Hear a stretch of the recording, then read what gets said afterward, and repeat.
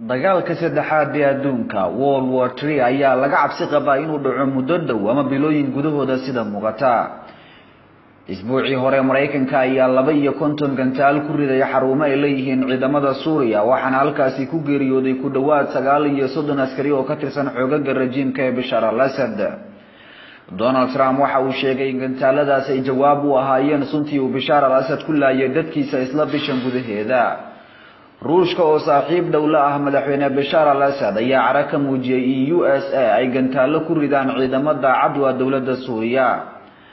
madaxweyne Putin oo madaxweynaha ruushka waxa uu afcad ku sheegay in hadda wixii ka dambeeyay ay difaaci doonaan xukuumadda uu hogaamiyo Assad. qalabka lagu difaaco gantaalada waaweyn ayayna ruushka shalay geeyeen hawada dalka Suuriya.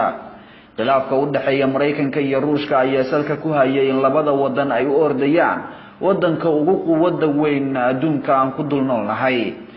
qamiistii dhaweyd militariga Mareykanka ayaa 50 gantaal oo ah nooca laga sameeyay nuclear-ka waxa ay ku garaaceen waqooyiga dalka Afghanistan.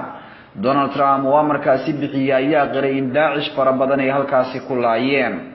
laakiin gantaalada uu Mareykanku ku garaacay Afghanistan ayaa aad looga carooday. tan ugu daranse waxay noqotay in Kuuriyada Waqooyi ama North Korea ay 16 sano kadib dhawaan tijaabin doonaan nuclear-kooda cusub, laakiin qaramada midoobay ayaa sheegtay in carqalad ay ka dhalan doonto haddii ay tijaabiyaan iyagoo aan cod loo qaadin. Donald Trump oo 24 saacadood ka hor isugu wacay warbaahinta ayaa sheegay in gantaalada laga sameeyay nuclear-ka ay ku ridi doonaan waqooyiga Kuuriya haddii ay tijaabiyaan nuclear-kooda cusub. hadalkan oo qabsaday saxaafadda iyo guud ahaan baarlamaanada caalamka ayaa dad badani waxa uu ku abuuray cabsi hor leh iyo in la gaaray waqtiga uu bilaaban lahaa dagaalka saddexaad ee adduunka. madaxweynaha Kuuriyada Waqooyi Kim Jong Un ayaa isagoo careysan saaka waxa uu yiri haddii uu jiro dal adduunka ku yaala oo naga hor istaagi karo tijaabinta hubka nuclear-ka ballaan aragno.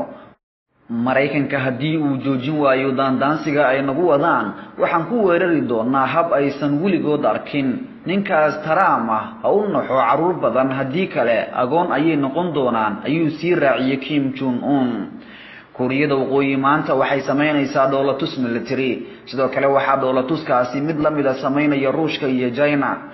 Mareykanku waxa uu gacan saar la leeyahay England, France iyo Jarmalka. dhinaca kalena Ruushka, Suuriya, China, Turkiga iyo Kuuriyada Waqooyi oo gooni ah iyaguna waa dhinac. dagaalkii labaad ee adduunka waxa laga joogaa 80 sano waxaana dagaalkaasi ku geeriyooday malaayiin qofood waxaana uu socday muddo ku dhow 7 sanadood. dhulka ayaana la simay qaar ka mid ah wadamadii ka qayb qaatay dagaalkaasi. hay'adaha caalamka ayaa hadda u baqaya dad badan oo caalamka qaxooti ku ah oo wadamadooda aysan awoodin inay soo daabulaan. World War III ama dagaalka saddexaad ee adduunka ayaa hal tilaabo oo qura loo jiraa sida ay baahiyeen CNN iyo APC. haddii uu dhaco dagaalkan dalal badan ayaa ku dhib qaba oo ay dhici karto in 100 sano kadib ay ka soo kabsadaan dagaalkaasi cusub. waxa la hubaa in waqooyiga Kuuriya ay iyaguna isbuucyo kadib tijaabin doonaan nuclear-ka looga digayo.